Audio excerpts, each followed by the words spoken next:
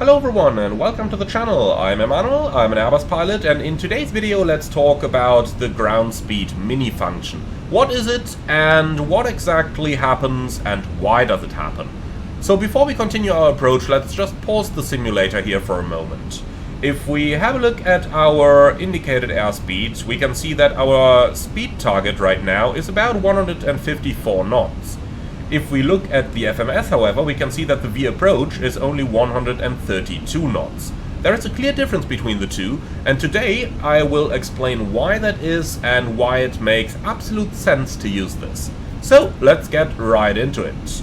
The feature we talk about is the so-called ground speed mini function, and put very simply, ground speed mini adjusts the target airspeed so that the energy of the airplane is always at an optimal configuration. Now, let's make it a little bit more complex than that though. So, in general, when the aircraft flies in approach in managed speed, the managed speed target displayed by the magenta triangle on the PFD is variable.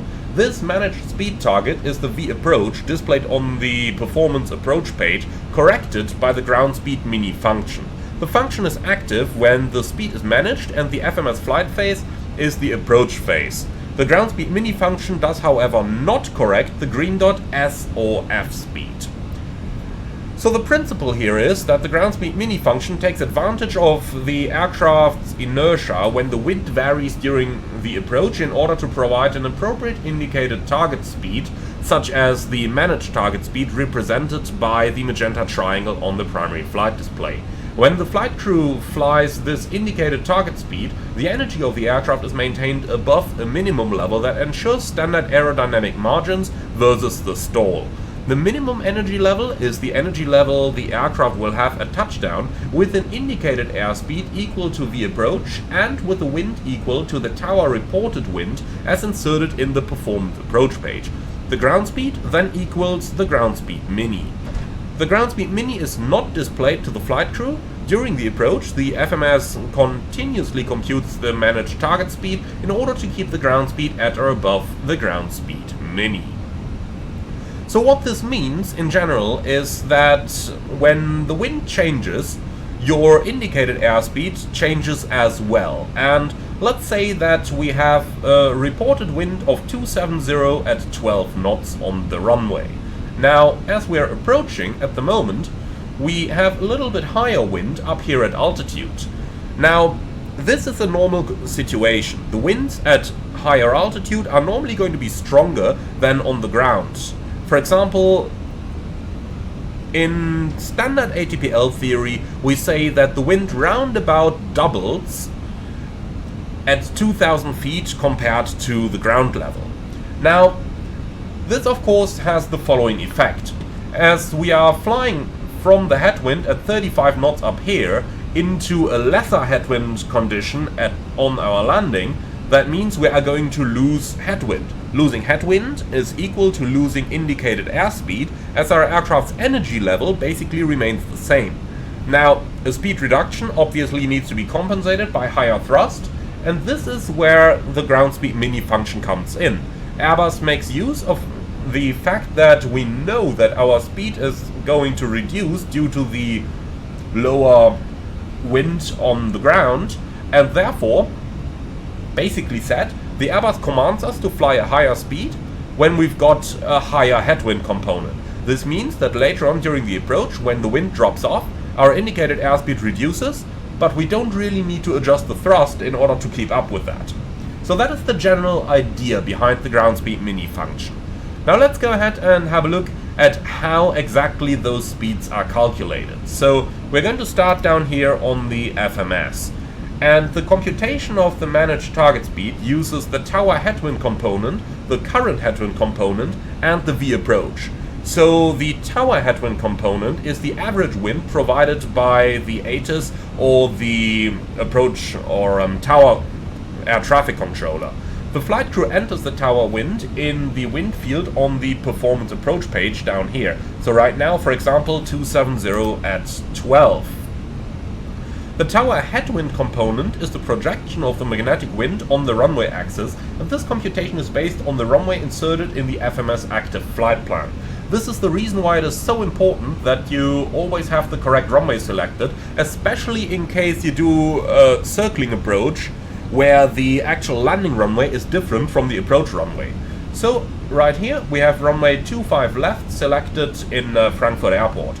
The FMS knows the runway heading, which is 246 degrees, and it knows the magnetic wind, and with that it can calculate the headwind component that we are supposed to face. In case of this landing, we are looking at 12 knots of wind, which is almost down the runway, so to make it easy we can say we are facing 12 knots of headwind right now. So on top of that, the aircraft also knows the current wind component based upon the wind data measured by the ADIRS along the aircraft's longitudinal axis. So that's the one we have up here, currently 35 knots. Now let's have a look at how the V-approach is calculated, and thereafter we'll have a look at how the ground speed mini is calculated and how all of that comes together. So V-approach, that's the app we see down here, is calculated upon the following formula. So the computation takes into account the headwind component, and V-approach is the highest of the following computations. It is either VLS plus 1/3 of the tower headwind component, or VLS plus 5 knots. So therefore there are two limits that we can see over here. You will always have a minimum of 5 knots of increment, but if the headwind component is greater than 1, or if 1/3 of the headwind component is more than 5 knots, then our V-approach is going to increase. Let me show you an example. We have a runway 25 left over here. Currently 270 at 12 gives us roughly exactly 12 knots of headwind. So if we take 1/3 of that, that is 4 knots. So VLS plus 4 would be the calculation based upon the winds. However, VLS plus 5 is the minimum. Now let's go ahead and increase that headwind. Let's say, for example, we enter 270 at 30 knots. Now 1/3 of that is 10 knots. And you can see that if I enter this, the aircraft obviously calculates a little bit more precise here. So it gives us 9 knots of increment. The difference between the manually calculated 10 and the automatically calculated 9 knots coming from the 20 knots, or from the 20 degrees difference between the runway heading and the wind. So now you can see that the V-approach has automatically increased down here. Now let's go back to entering our original value so that we get more accurate predictions during our approach. So now we know how the V-approach is calculated. Note that you do not need to do any manual adjustment to that, because any wind adjustment is already done automatically. However, you may adjust this manually if you are facing, for example, very strong gusts and your speed has a tendency to go down into the VLS. Then you may just adjust this manually. Otherwise, it is not required to do that. Alright, so now that we know how the approach is calculated, let's have a look at how the ground speed mini is calculated.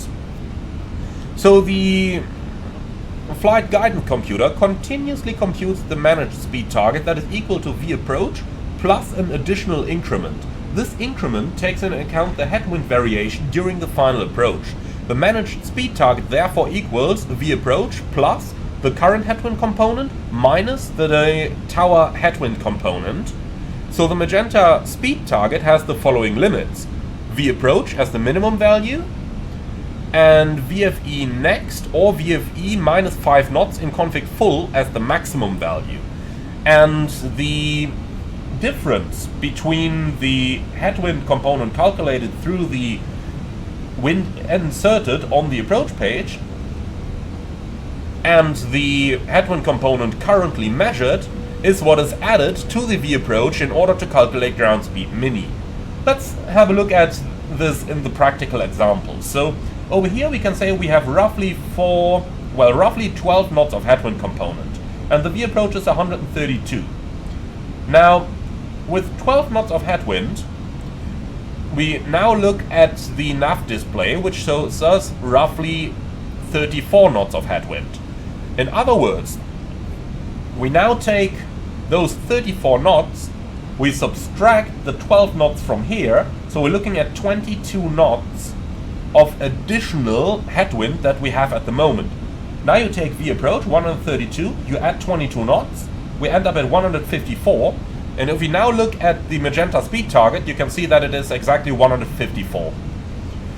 Now, to summarize this, the speed target increases since the aircraft knows the wind is going to decrease, and therefore our speed is going to drop down as the headwind decreases.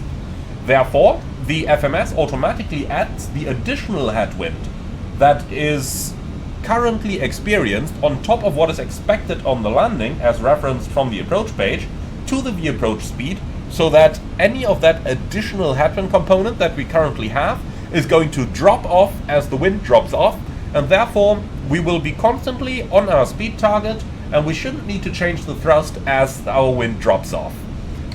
So that's how ground speed mini is calculated. Now let's go ahead and have a look at this on a practical example. I'm going to unpause the sim over here. Let's give the aircraft a couple moments. And here we go. So now we're established on the approach. Our wind is somewhat changing all the time, and you can see that our target ground speed, or that our magenta speed target, changes together with the changing wind component. I'm going to leave the autopilot engaged for this approach so that we can see how this is going to develop, and so that we can focus on our actual speed and what the system is doing on our approach over here. So right now the wind is roughly steady, slightly changing, just slightly, but you can see that our speed target is responding to that by varying depending on the current headwind component experienced. As we are closing in on the runway, and as the wind is going to drop off for our landing, you will see that the speed target is going to change with it until it should eventually reach our V-approach speed of 132 as the wind changes to the tower reported wind component of 120 at 12. The result of the increased ground speed can be that you get some ugly pitch attitudes here, but don't worry, that is gonna drop off as the wind drops off on the landing. We can see our target is slowly coming down here, just about 31 knots now. The speed target is dropping with that. And one final word over here on the behavior of that speed. So our aircraft is, of course, still bound to the stabilized approach criteria, which means the speed deviation must not exceed a certain threshold. But this deviation always goes to the magenta speed target. So don't worry if the V approach is 132 and we're flying 145 right now. That is completely acceptable. So our speed starts dropping off. You can see how the magenta speed target is reducing all the time. Okay, continue. And as our wind is dropping off for the landing, thank you. As our wind is dropping off for the landing, you can see our speed target is closing in on the V approach that we have in our FMS down here, until it should eventually reach that once the wind goes down to the reported wind component. Okay, and here we are on the ground. And that's basically it. That's how the ground speed mini function works. Now, since this function is always active, the pilot has no way of manually activating or deactivating that function. You need to pay careful attention to updating the winds on the approach page as you get updated winds from the tower. If we assume that you've got an incorrect wind entered on the approach page, then of course the ground speed mini function is also going to work off that incorrect wind component. So in order for the function to work, make sure that you always update your approach page with the latest wind component should there be any noticeable changes. So that's going to be it for today's video. I hope that you found this one interesting. Let me know your feedback in the comments below, and let me know which system you find better, whether it is the ground speed mini version of the Airbus, or whether it is the manual speed edition that you would do in the Boeing. Thank you very much for watching. I hope that you enjoyed this one. Be sure to like, comment and subscribe, and if you really love what I'm doing, I would appreciate a small donation through the Buy Me Coffee link in the video description below. Thank you for watching, and I see you all again on the next one.